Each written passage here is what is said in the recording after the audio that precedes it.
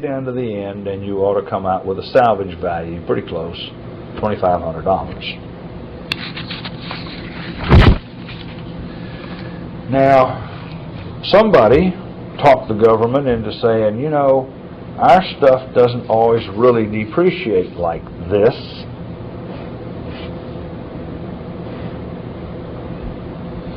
Truth is, when we buy our cars, we drive them off the lot, man, they're worth almost nothing the minute we drive them away. They depreciate like this. And Uncle Sam says, well, okay, I'll let you use the 200% declining balance method. Basically, it lets you say that the first year's depreciation is a whole bunch more than the second year's depreciation. And even those were a lot more than the third year depreciation and stuff like that. And so that was nice because he let us depreciate it faster. That means we got to write more off of our taxes today, this year, and so we end up with more money in our pocket. Now, an offshoot of that, although based on that, is what's known as the accelerated cost recovery system. So he's accelerating the recovery of his costs. Now, the way you get that depreciation per year is it's all tabulated for you. It's all in a table. You don't have to do any work. When you take a course in economics, they of course make you derive the numbers in the table, but for us, we just pick them right out of the table. Another nice thing about the ACRS method is you don't have to estimate the salvage value. Now, if you do have any salvage value when you sell it, you'll have to call that ordinary income and pay taxes on it just like anything else. Then the property is classed as being of a certain class life. It's actually classed as either, for government tax purposes, 3-year life, 5-year life, 7-year life, 10-year life, and so on. Now, the reference manual only gives you 3 through 10, so you don't care about these two. These two are basically buildings and things like that. And also, in a real economics class, you'd have to go see what the thing is and go find out whether it belongs in the 3, 5, or 7-year class. You won't have to here. He'll have to tell you, since he doesn't give you that list of how to determine whether a bag of bones is a 3-year life or 5-year life or 7-year life to an archaeologist. So he'll tell you the life, 3, 5, or 7, or whatever. As an example, say you purchase a $36,000 machine and you want to make income with it.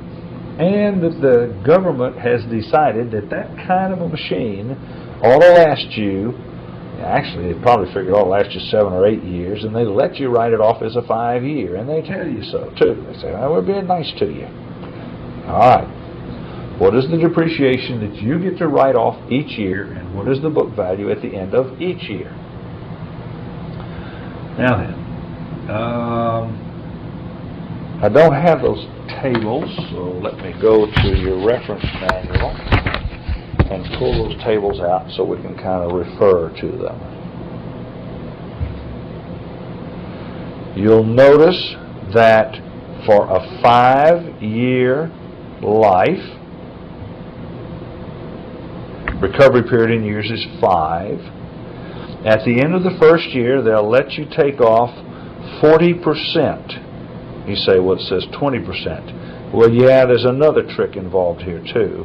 Rather than letting you take off 40% big time first year, then less 32%, then less 19.2%, and so on, they only give you half of a year's worth of depreciation. And that means that you get a half year's depreciation even if you bought it in December. You get the full half a year's depreciation, which is 20%. And then the remaining numbers, 32, 19, 11, and 11, and 5.8%, those add up to 100% total. So that's one good thing or bad thing. It's a good thing if you bought the thing in December, then at the end of the first year you get to take off a whole half a year of depreciation, even though you haven't used it a half a year. If you bought it in February, well, that's tough. If you want to use this method, you still only get a half a year. You want to go back to straight line? You can do that at any time. You don't have to use this generous method if you don't want to. So remember the numbers 20, 32, 19.2, 11.5, 11.5, 5.8. Do you remember those numbers? Good, here they are. At the end of the first year, you just flat go to the table since it's a 5-year life item and you multiply 20% of how much it cost you. You get to take $7,200 off, giving you a book value of $36 minus $72, $28,800. Can't beat that. At the end of the second year, you get to take 32% off. $11,250 from $28,800 gives you $17,280. And so on down the table until you don't have anything left. Total depreciation, $36,000. Now, the method uses the 200% declining balance method. I guess it'd be impossible if he asked you what ACRS was based on. It's also based on, I think, 150% declining balance method for some of those other lives, like 15 or 20-year lives, or 25, whatever they were. But it's pretty nifty. You get to depreciate the asset quickly during its early life when it really is depreciating quickly, although you only get a half a year for the first year.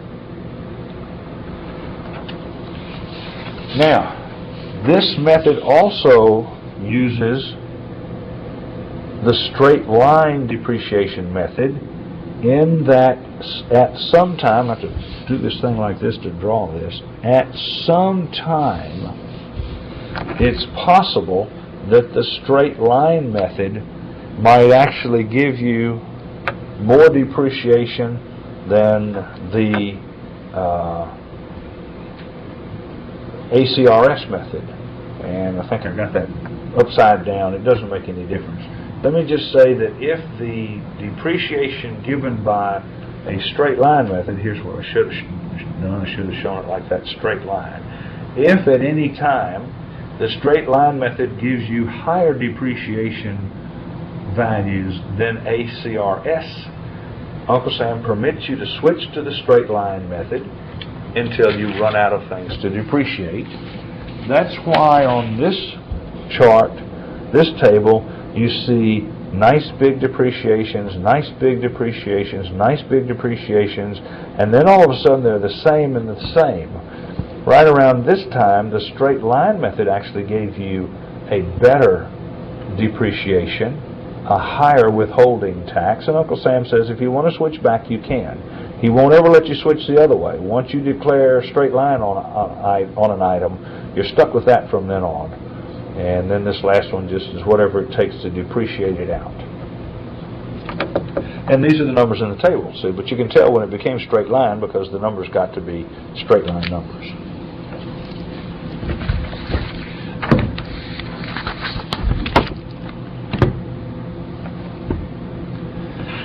Okay, on the next page is just what we've already discussed. If you purchase it in February, you only get a half year's depreciation. If you do it in December, you still get a half year's.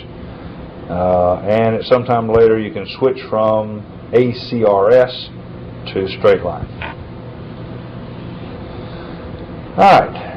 Now then, how would you get money for something so that you can pay for capital improvements on an item? One way, you might go to the taxpayers and say, we're going to sell a bond and you're going to have to pay us back. And that bond will repair something for the next 1,000,000 years, something like that.